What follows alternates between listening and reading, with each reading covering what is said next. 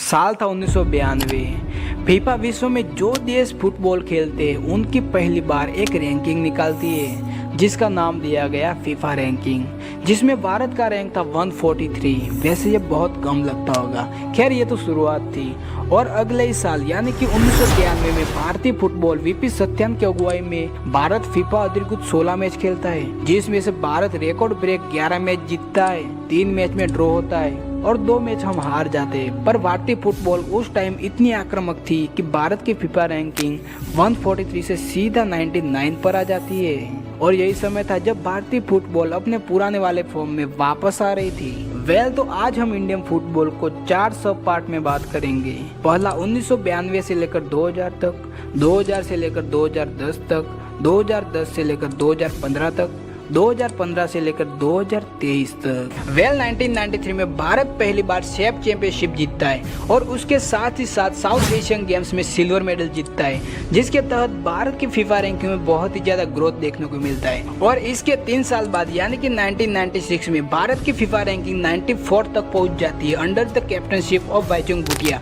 और ये Indian football history में हाईएस्ट फीफा रैंकिंग है। और भाईचुंग भूटिया की कैप्टनशिप के अंदर ही भारत 2 और सेफ चैंपियनशिप जीतता है, 1997 की सेफ चैंपियनशिप और 1999 की सेफ चैंपियनशिप। इसके बाद समय आता है 21 सेंचुरी की, जो कि इंडियन फुटबॉल के लिए बेहद ही निराशकारक रहा, क्योंकि भारत की पहली competition FIFA 2002 world cup qualification था, जहां भारत अपने ग्रुप स्टेज में तीनों के 3 मैच गंवाकर क्वालिफिकेशन से बाहर हो जाता है।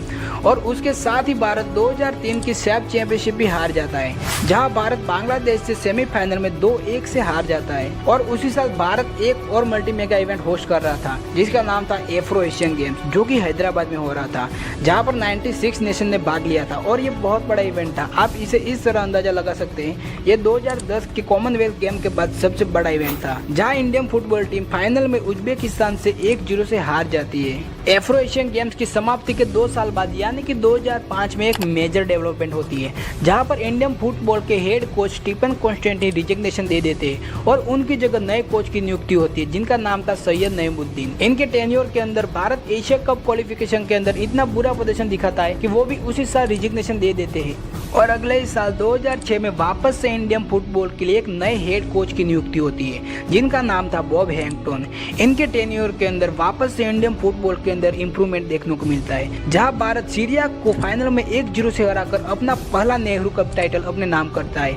उस मैच के अंदर पपान चेम प्रदीप भारत के लिए विनिंग स्कोर करते हैं। और अगले ही साल 2008 में भारत AFC चैलेंजिंग कप जीतता है, जिसके अंदर भारत फाइनल में ताजिकिस्तान को 4-1 से हराता है। और उस मैच के अंदर सुनील छेत्री हैट्रिक लगाते हैं। और AFC चैलेंजिंग कप जीतते ही भारत 2011 के एशियन कप के लिए डायरेक्टली क्वालिफाई हो जाता है। और भारत 27 साल बाद एशियन कप में वापसी कर रहा था, तो भारत के हेड कोच यानी कि बॉब हैंगटन ने सोचा क्यों नहीं हम कुछ प्रैक्टिस करते हैं। तो उन्होंने 8 महीने लगातार प्रैक्टिस करवाई थी इंडियन फुटबॉल प्लेयरों को। फिर भी भारत अपने ग्रुप स्टेज के तीनों के 3 मैच हार जाते हैं और भारत एशियन कप से बाहर हो जाता है। और इसके साथ ही भारत 2015 के एशियन कप के लिए अपना कैंपेन शुरू करता है। पर यहाँ इंडियन फुटबॉल के लिए एक बुरी खबर निकल कर आती है।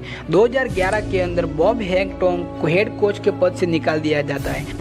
बॉब हैंगटन के रिजाइन के बाद AIFF इंडियन फुटबॉल के लिए एक नए हेड कोच की रिक्रूटमेंट करती है, जिनका नाम था शेवियो मडेरा। इनके टेन्योर के अंदर भारत 2011 की सेफ चैंपियनशिप जीतता है, पर अगले ही साल होने वाले AFC चैलेंजिंग कप में भारत का बहुत ही खराब प्रदर्शन रहता है एवं भारत एक सिंगल गोल भी नहीं कर सकता ओपोजिट टीम के सामने। तो टूर्नामेंट खत्म होते ही शेवियो मडेरा ने रेजिग्नेशन दे दिया।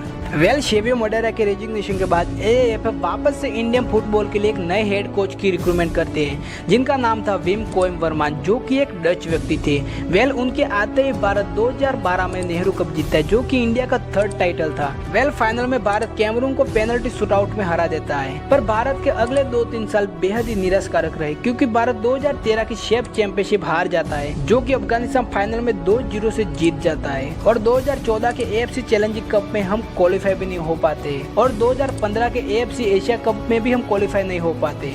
इंडियन फुटबॉल का खराब प्रदर्शन रहे थे 2014 में विम कोएम वर्मान रेजिग्नेशन दे देते।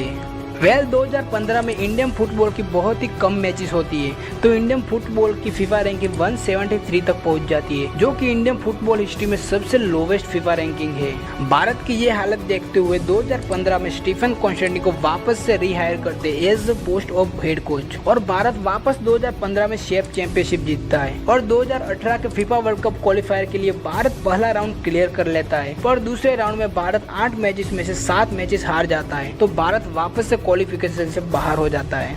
अगर हम यह 2018 के फीफा वर्ल्ड कप क्वालिफिकेशन को बाहर निकाल दे तो इंडियन फुटबॉल के लिए 2017 का साल बहुत ही अच्छा रहा, क्योंकि इंडियन फुटबॉल इस साल एक भी मैच हारी नहीं थी। भारत इस साल टोटल 9 मैच खेलता है, जिनमें से 7 मैच में भारत जीत हासिल करता है और 2 मैच हम ड्रॉ खेलते हैं, जिसके तहत भारत की फीफा रैंकिंग वापस से 96 तक पहुंच जाती है, जो कि इंडियन फुटबॉल हिस्ट्री में सेकंड हाईएस्ट फीफा रैंकिंग है। इंडियन फुटबॉल इतना अच्छा चल रहा था कि वापस से हम 2018 की शेफ चैंपियनशिप हार जाते हैं। यहाँ मालदीव हमसे फाइनल में 1-2 से जीत जाता है। यहाँ 2018 की शेफ चैंपियनशिप हम हार गए, पर 2019 के एशिया कप के लिए हमने क्वालिफाई कर लिया था, जहां हम पहली मैच थाईलैंड से खेलते हैं और 4-1 से जीतते हैं, जो कि भारत की 55 साल की हिस्ट्री में एशिया कप में सबसे बड़ी जीत थी। बाकी की 2 मैच हम हार जाते हैं, एक यूएई से हार जाते हैं और एक बहरीन से हार जाते हैं, और हम नॉकआउट स्टेज में पहुंचने से पहले ही हम बाहर हो जाते हैं।